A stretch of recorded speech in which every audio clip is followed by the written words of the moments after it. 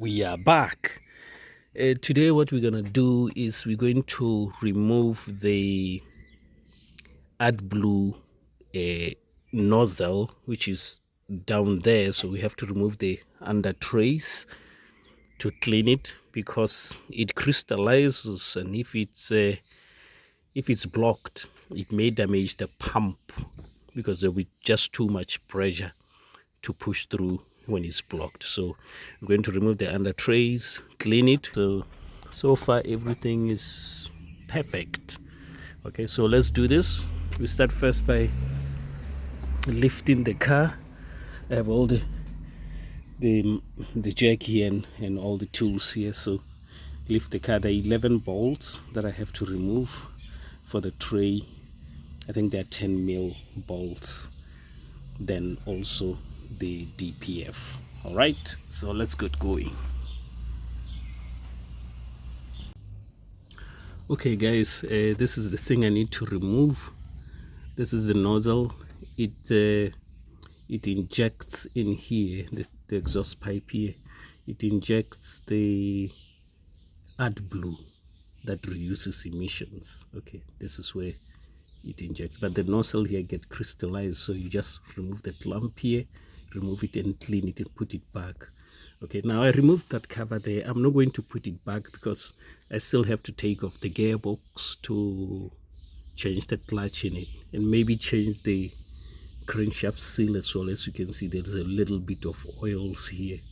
So, but today we're just dealing with this and the DPF right there. Okay, so we need an Allen key here to remove the clamp, and then this thing just comes out. You may need also to disconnect the cable here, but maybe it's not necessary at the moment. I'll show you after I remove the clamp. Right, this is it here.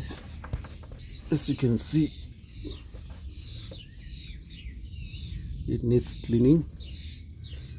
So you just get something to clean it inside, and then also clean the hole inside there. Okay, so you don't need to remove the cable unless you are changing the nozzle itself.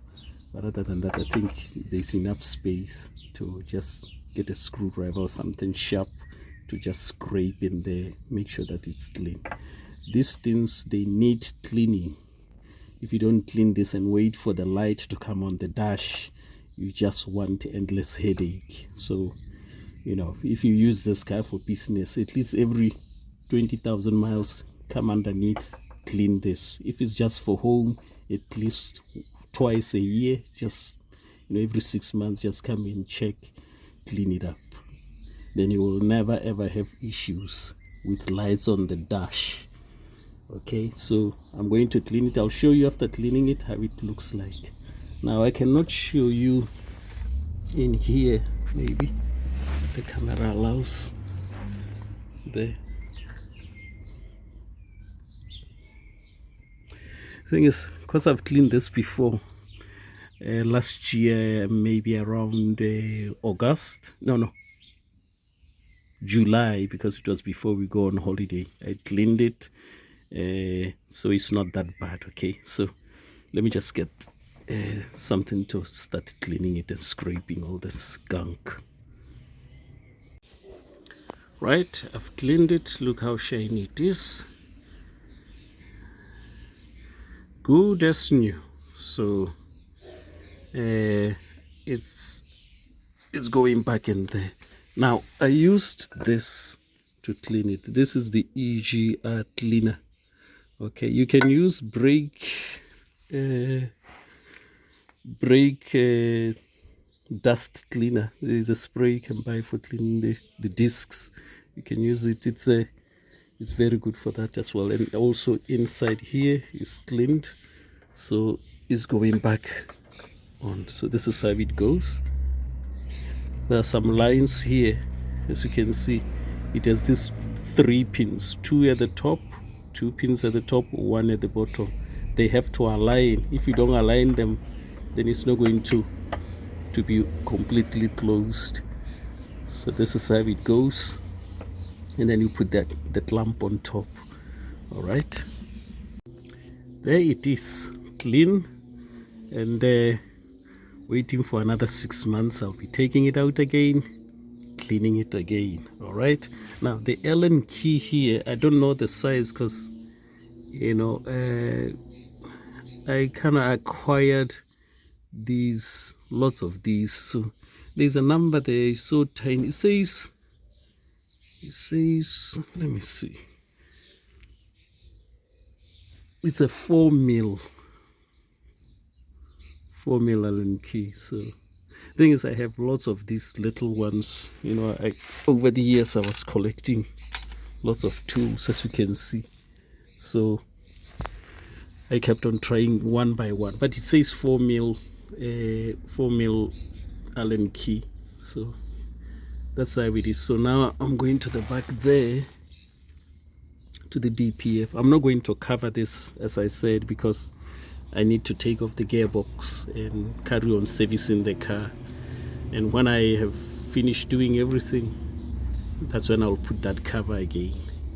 Okay, this things, I change oil every 10,000 miles. So because this is a family car, it's not a taxi, once a year I open this to change oil. If it was a taxi, maybe 4 times a year to change oil. But at the moment, the cover is not going in. I'm putting it at the back in the shed with 11 screws, 11 screw bolts. They're going there in the shed and wait until I finished everything. So let me just go back there to the DPF. Right, here is the DPF, as you can see. To remove the DPF, you have to remove this lamp here, this, and there is another one further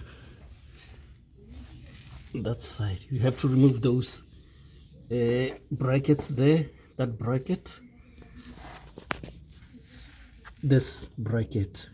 There is a clamp inside there. So to remove the DPF, to clean it with the scar, it's a bit of work. So what I'm going to do is I'm going to remove this pipe and then pour a liquid that cleans DPF inside here. Okay, I have if you can look there, one of the bottles there is the foam that goes inside here. Okay, that's all I will do. I'm not going to remove this. It will be a lot of work. Okay, not today anyway, maybe some other time. It's about to rain. The weather here in Britain is not forgiving. So let me just get the spanner, remove that pipe, and then pour that foam inside.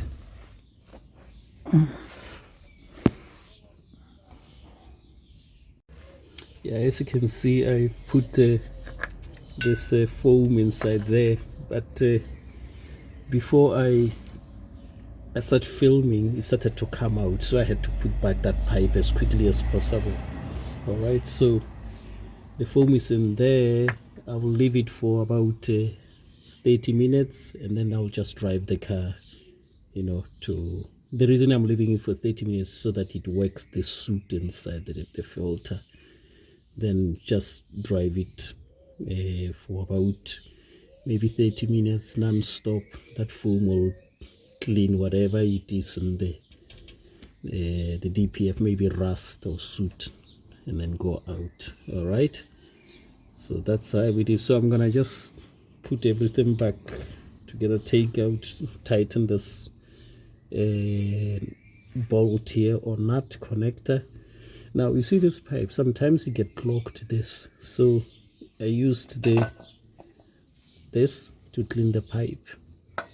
I sprayed this all the way in the pipe. It got full. I shake it, and then I pour out the liquid from this, because I don't know if this liquid will be good for the DPF, but for the pipe it's all right.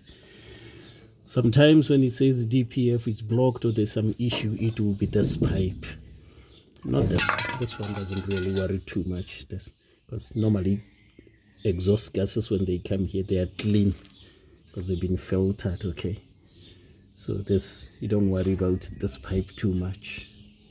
it is this one, because the soot will come from the engine. Some of it might go in here because it goes to the sensor that tells the computer that the DPF is locked or not. This one here just tells the computer and the car the amount of pressure is coming out here.